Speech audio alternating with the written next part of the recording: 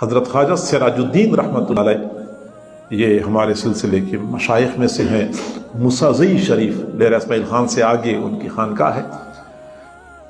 تو انہوں نے اپنی خانقاہ میں کچھ کمرے بنوانے تھے، مریدین کی تعداد زیادہ ہو گئی، کمرے بنوانے تھے۔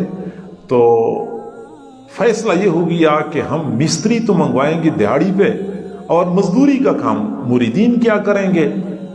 مٹی کے کمرے بنوانے تھے، چنانچہ دن کے وقت لوگ کام کرتے تھے، گرمیوں کا موسم تھا، گرمی شدید تھی، صبح کے وقت کام کر لیتے تھے، دوپہر کے وقت تھوڑا سا وقفہ کرتے تھے، ظہر کے بعد پھر کام کرتے تھے۔ ایک دن عین دوپہر کا وقت تھا اور چلچلاتی دھوپ میں شیخ نے کمرے کی کھڑکی میں سے دیکھا کہ وہاں جہاں کام ہو رہا ہے وہاں ایک بندہ ہے جو گارا بنا رہا ہے، اور گھٹنوں تک گارے میں دھنسا ہوا ہے، شدید گرمی میں دھوپ سورج آگ برسا رہا ہے۔ انہوں نے فوراً پوچھا کہ یہ کون بندہ ہے؟ تو بتایا گیا کہ یہ تو پتو ہے۔ پتو کا نام فتح علی تھا، لیکن دیہاتی آدمی تھا، شیخ کا عاشق تھا، لوگ اس کو پتو کہتے تھے، پتو ہے۔ اب حضرت کو افسوس ہو گیا کہ پتو کو کیا ہوا ہے کہ اس شدید دھوپ میں اس وقت کام کر رہا ہے۔ فرمایا کہ پتو کو بلا لو۔ جب پتو کو اطلاع مل گئی، پتو ڈر گیا کہ شاید میں نے کوئی غلطی کی ہے، اور کہنے لگا میں اپنے پاؤں دھو لیتا ہوں، اپنے آپ کو صاف کر کے آتا ہوں۔ شیخ نے فرمایا کہ اسی طرح آ جائے۔ پتو آیا تو پتو سے پوچھا کہ کیا مسئلہ ہے، اس وقت کام کیوں کر رہے ہو؟ تو پتو نے کہا کہ حضرت ہم گھارا بنا لیتے ہیں، مستری کام کرتے ہیں، لیکن ابھی مستری آرام کر رہے ہیں۔ میں نے سوچا کہ اگر ہم ظہر کے بعد گھارا بنائیں گے تو مستریوں کا وقت ضائع ہو جائے گا، مستری تو دیہاڑی لیتے ہیں۔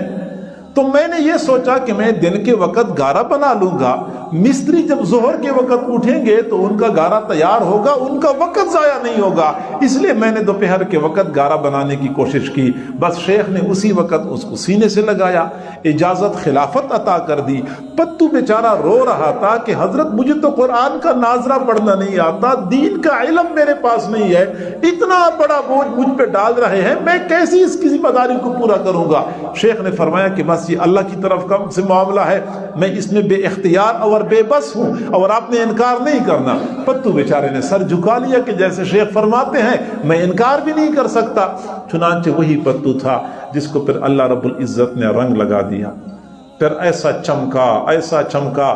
حضرت مرشد عالم رحمت اللہ علیہ فرمایا کرتے تھے کہ مکہ مکرمہ میں مدرسہ سولتیہ میں ہم نے دیکھا کہ ہندوستان اور پاکستان کے بڑے بڑے علماء وہاں ٹھہرے ہوئے تھے، ان کے لیے زمین کے اوپر جگہ بنائی گئی تھی، اور وہی پتو جو بعد میں سائیں فتح علی بن گئے تھے ان کو باقاعدہ چرپائی کے اوپر جگہ بنائی گئی تھی۔